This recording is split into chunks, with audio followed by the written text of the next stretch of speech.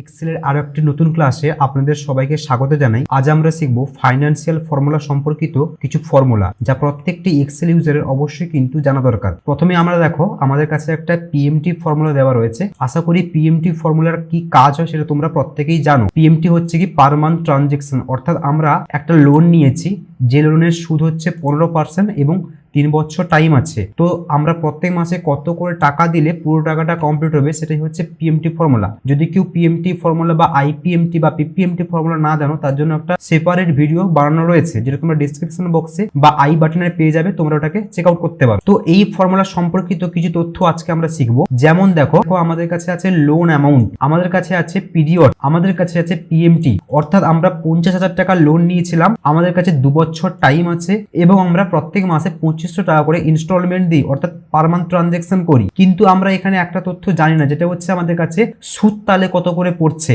সেটা দেখো আমাদের কাছে এখানে কোথাও মেনশন করা নেই। সেটাই দেখো আমাদের কাছে কিন্তু অ্যাকচুয়ালি বের করতে হবে। তার জন্য আমরা যাব কোথায়? তার জন্য আমরা এখানটায় আসবো এবং সূত্র হচ্ছে কি সমান চিহ্ন রেট ফর্মুলা। রেট ফর্মুলা আমরা এখান থেকে অ্যাপ্লাই করলাম। এবার দেখো আমাদের কাছে কিছু সিনট্যাক্স বলছে, সিনট্যাক্স গুলো কিন্তু খুব ইম্পর্টেন্ট। ফার্স্টে কি বলছে দেখো আমাদের কাছে এনপার, অর্থাৎ নাম্বার অফ পিরিয়ড। আমাদের কাছে নাম্বার অফ পিরিয়ড কত টাইম রয়েছে, অর্থাৎ আমাদের লোনটাকে পরিশোধ করার টাইম কতদিন রয়েছে। আমাদের কাছে টাইম রয়েছে 2 বছর, সেক্ষেত্রে আমরা 2 এর উপর এখানে ক্লিক করব। এবার এটা বছরে আছে, আমরা বের করছি মান্থলি, সেক্ষেত্রে এটাকে আমাদের মান্থলিকে কনভার্ট করতে হবে। তার জন্য আমরা কি করব, এটা ইনটু আমরা এখান থেকে 12 করব, দিলে দেখবে 12 দুনে 24 মান্থলি কনভার্ট হয়ে যাবে। এরপর আমরা এখান থেকে কমা চিহ্ন দেব। কমা চিহ্ন দেওয়ার পর দেখো আমাদের কাছে দেখাচ্ছে পিএমটি, অর্থাৎ আমরা পার মান্থ ট্রানজেকশন কত টাকা করে করি। আমরা পার মান্থ ট্রানজেকশন 2500 টাকা করে করি, সেক্ষেত্রে আমরা 2500 সেল অ্যাড্রেসটা এখান থেকে দিয়ে দিলাম, কমা দেব। এরপরে দেখো কি বলছে আমাদের কাছে পিভি। পিভি মানে হচ্ছে কি প্রেজেন্ট ভ্যালু। আমাদের কাছে প্রেজেন্ট ভ্যালু কি আছে, লোন অ্যামাউন্টটা হচ্ছে আমাদের কাছে প্রেজেন্ট ভ্যালু, সেক্ষেত্রে আমরা 50,000 সেলটাকে এখান থেকে দিয়ে দেবো এবং আমরা এখানটায় আর কিছু দেবো না, ব্র্যাকেটটা এখান থেকে ক্লোজ করব।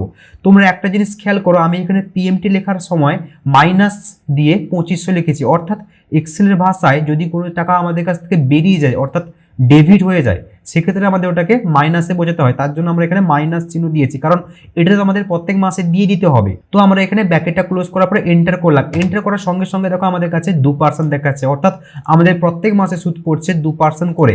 এইভাবে চাইলে তোমরা সুদের পার্সেন্টেজটা কিন্তু এখান থেকে ক্যালকুলেট করতে পারো। এক্সাম্পল 2 দেখি আমাদের কাছে আরো একটা রয়েছে।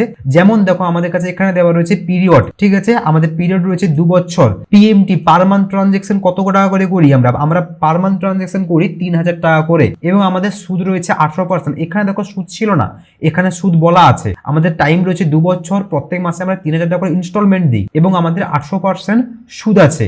কিন্তু জানি না কি এখানে আমরা লোন অ্যামাউন্ট, অ্যাকচুয়ালি আমরা লোন কত টাকা নিয়েছিলাম সেটা আমরা জানি না। সেটাকে ক্যালকুলেট করে বের আনার জন্য সূত্র হচ্ছে কি সমান চিহ্ন পিভি, অর্থাৎ প্রেজেন্ট ভ্যালু। প্রেজেন্ট ভ্যালু মানে লোনটাকে বলা হয়। ব্র্যাকেটটা আমরা এখান থেকে ওপেন করব। ব্র্যাকেটটা ওপেন করার পর দেখো আমাদের কাছে দেখাচ্ছে রেট। রেট মানে হচ্ছে সুদটাকে বলা হচ্ছে, অর্থাৎ সুদের কত পার্সেন্টেজ আমাদের কাছে রয়েছে। আমাদের কাছে সুদের পার্সেন্টেজ রয়েছে কত দেখো 18%, সেক্ষেত্রে আমরা 18 ঘরটাকে এখানে সিলেক্ট করব। একইভাবে 18% আমাদের এখানে ইয়ারলি বলছে, কিন্তু আমাদের লাগবে মান্থলি। তার জন্য এটাকে আমরা করবো কি ডিভাইড 12, যেহেতু 12 মাসে 1 বছর হয়, সেক্ষেত্রে আমরা 12 দিলাম, দিলে আমাদের এই 18% যে ইয়ারলি আছে এটা আমাদের মান্থলি কনভার্ট হয়ে যাবে।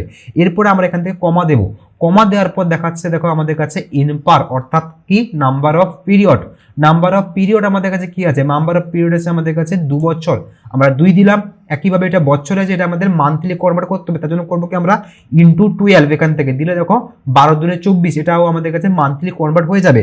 এরপর আমরা এখান থেকে কমা দেব। কমা দেওয়ার পর আমাদের কাছে পরবর্তী সিনট্যাক্স কি বলছে দেখো পিএমটি, অর্থাৎ আমাদের কাছে পার মান্থ ট্রানজেকশন ইনস্টলমেন্ট কত করে দেই আমরা 3000 টাকা করে, সেক্ষেত্রে আমরা 3000 টাকা এখান থেকে ক্লিক করলাম। এরপর আমরা এখান থেকে ব্র্যাকেটটা এখান থেকে ক্লোজ করব। ব্র্যাকেটটা ক্লোজ করার পর আমরা এখান থেকে এন্টার করব। এন্টার করার সঙ্গে সঙ্গে দেখো আমাদের কাছে 60,091 টাকা দেখাচ্ছে। এটাই হচ্ছে আমাদের লোনের পরিমাণ, ঠিক আছে।